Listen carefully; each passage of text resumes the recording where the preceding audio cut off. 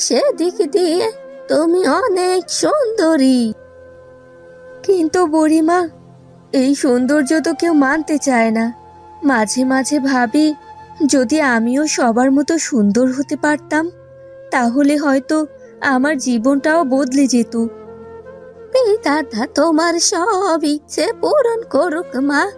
তুমি বরং একবার এই পুকুরে ডুব দিয়ে নিজের ইচ্ছা বলো, দেখবে বিধাতা চাইলেই অবশ্যই তোমার ইচ্ছা পূরণ হবে।